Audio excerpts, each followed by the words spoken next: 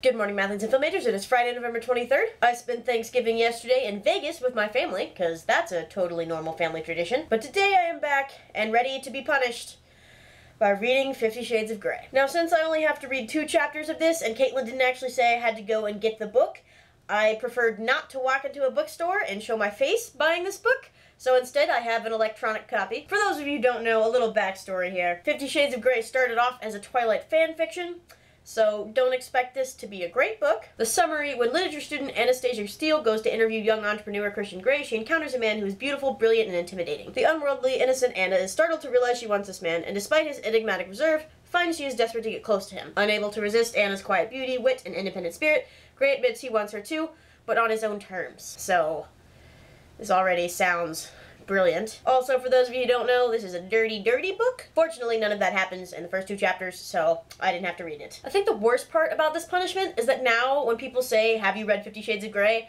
I'm going to have to say yes. This is what I judged people for, and now that's gonna be me. So over the summer, I took the bus to work every day, and I would often see the same people. So there was this one guy that I'd talked to a couple times, and I thought he seemed pretty nice, pretty normal, and then one day, pulls out his copy of 50 Shades of Grey, hard copy. You don't read that on the public bus. You'd think we don't know what that is? I know what you're reading. First of all, you're like a 20-year-old man. You should not be reading Twilight fanfiction. But if you're gonna read it, do it in the privacy of your own home, or at least on something that doesn't have the name of the book on it. Or I'm just gonna judge you all day long. So, let's get started. So, about the author, E.L. James. Since early childhood, she dreamed of writing stories that readers would fall in love with, but put those dreams on hold to focus on her family.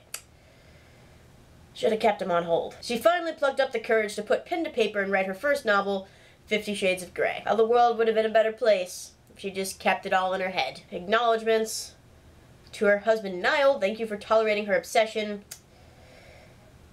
Obsession with Twilight? Really? And for doing the first edit. I think it's going to be abundantly clear that this was not edited by professionals. So chapter 1 starts with her complaining about her hair. I must not sleep with it wet. Reciting this mantra several times, I attempt once more to bring it under control with the brush. I didn't actually need an entire paragraph about this. She tells us that her roommate has come down with the flu, and so she will now be taking her place in this interview with the CEO guy. She is not prepared at all. She has no background experience in journalism. She has been given a list of questions and a recorder.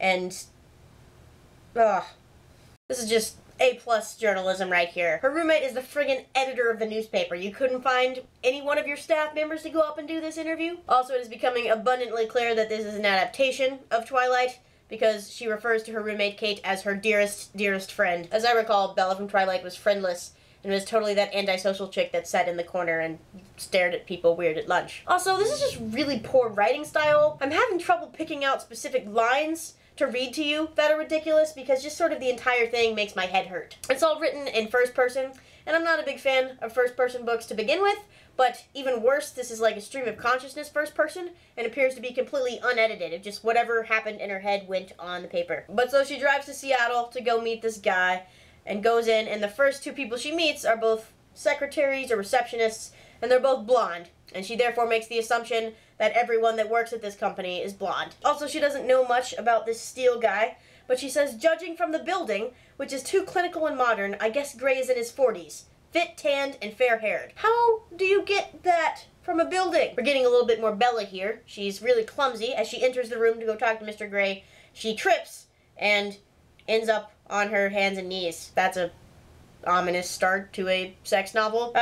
Turns out her estimation based on the appearance of the building was wrong. He's actually really young and attractive. Imagine that. Then she starts to interview this guy, and he's super creepy and a total control freak. Oh, I exercise control in all things, Miss Steele. Creepy.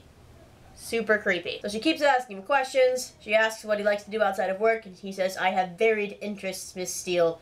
Very varied. I indulge in various physical pursuits. Creepy. Again. Basically, this entire interview is very poorly disguised innuendo. At one point, she's reading her list of questions and asks him if he's gay. He gets a little pissy at this question, and then she gets really embarrassed and is like, crap, how do I tell him that I'm just reading these questions? Do you think it's not going to be obvious that you're reading off a list of questions? Or alternatively, you could just say it. So the interview keeps going, he keeps being creepy. Eventually, she decides it's time to leave because he's getting a little too creepy. He kind of offers her a job after seeing her really poor interview skills. So I don't know what makes her qualified to work at his company. I wish finding a job was that easy. And that's the end of chapter 1. One down. So I'm halfway done. I will continue next week. For the Mathletes, I'm Susan. For the Filmmakers, Caitlin will be back on Monday. For everyone else, thanks for joining us.